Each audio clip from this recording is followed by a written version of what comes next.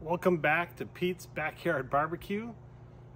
This series is going to be how to grill the perfect steak. The key to grilling a good steak is to start with a good steak. And so I have a ribeye and a filet. I got these from Costco, but you could get them from the grocery store, from your local butcher, from a meat club, whatever you're fancy.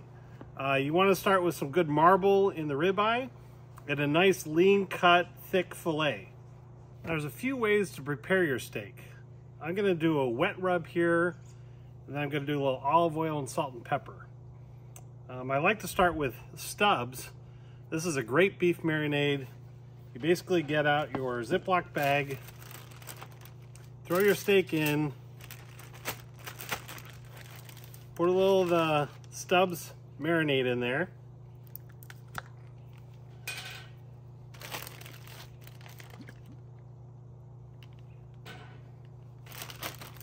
I like to put a little salt and pepper and garlic in there. I think rather than make your own, I use the Montreal steak seasoning. Again, you could get this at Costco or your grocery store. So I'll just throw it in there. Then once you have your Ziploc bag sealed up, you can then give it a shake, move it around. You're trying to work the juice and the salt and pepper and garlic mixture in there. Then you could go ahead and marinate this in the refrigerator overnight, or depending on whether you're cooking that day, you can marinate it for a few minutes. For the filet, I'm just going to use a little olive oil. I'm going to put it on the top and bottom. I'm going to use the salt and pepper. Just keep it pretty simple. I'm going to work it on both sides. Gonna roll it around in there.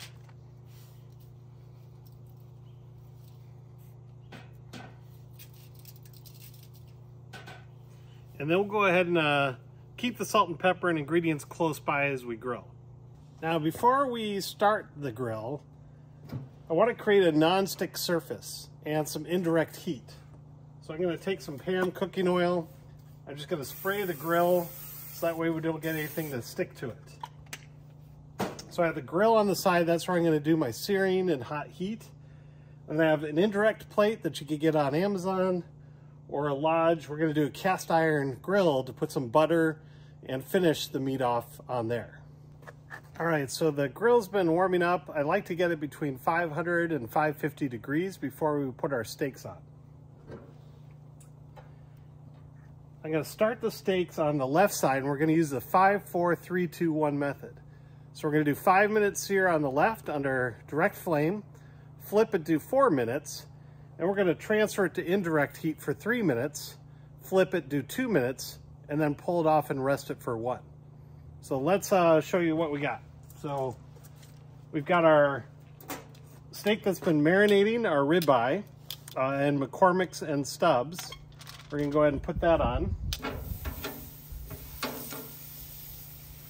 And we have our filet that's been in olive oil with a little bit of salt and pepper. So we're going to go ahead and shut that, and we're going to let it cook for 5 minutes under direct flame. So it's been 5 minutes, and you can see the temperature has gone up to about 600, which is fine. We're going to go ahead and go in there, and you can see the red color's gone. It's starting to get brown. We're going to go ahead and flip our steaks. You see we've got some grill marks going. We have lost, since we flipped it and cooked it, some of our salt and pepper on our filet. And then I like to add a little bit of the more seasoning to the steak after we flip it on the ribeye. Don't need to add a lot, just enough to flavor it a little bit. At the same time, we're going to add a little butter to our cast iron grill. So we're gonna, after we flip it 5, we're gonna do 4 more minutes, and then we're gonna transfer it to the cast iron grill. So let's close it, and we'll say, Alexa, start 4-minute timer. It's important that you have a timer.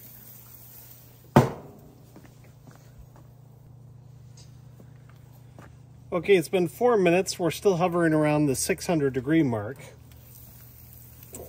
As you can see, the flame's starting to lick up there because all the juices and fat are coming out.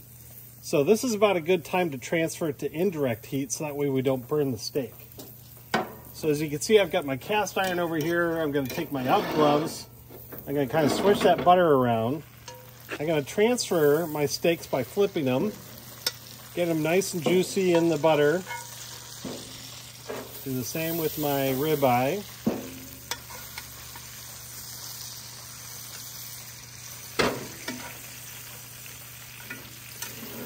This is called indirect heat because we're not directly on the flame, but we're going to transfer it to the cast iron so that way we don't have any problem with it flaming up or burning the meat.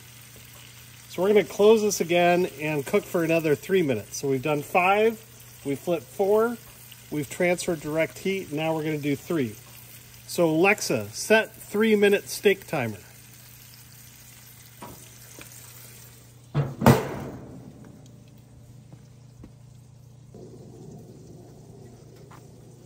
So we're at the 3-minute timer mark. We're still hovering around 600 degrees.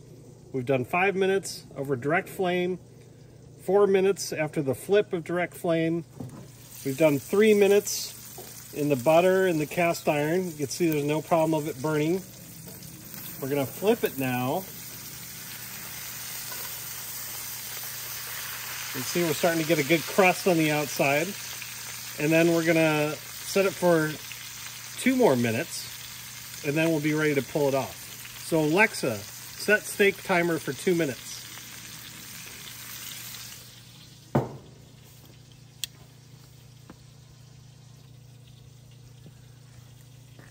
All right, our 2-minute timer has gone off. We're still hovering around the 600 degrees. The steak looks like it's pretty much done, but the problem is you have finicky eaters. You don't know if they're medium rare. I say all steaks should be done medium rare, but not my whole family doesn't agree with me.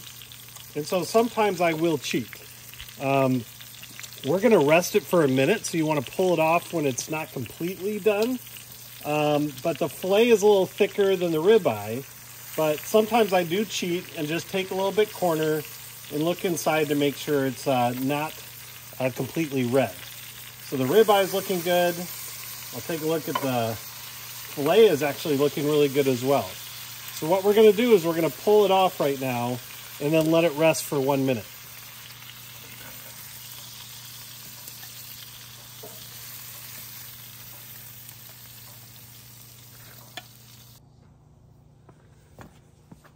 So we've let our steak rest for 1 minute. You can see some of the juices are starting to spill out, but let's go ahead and cut in and see how we did. So the fillet, we're looking for a nice medium rare.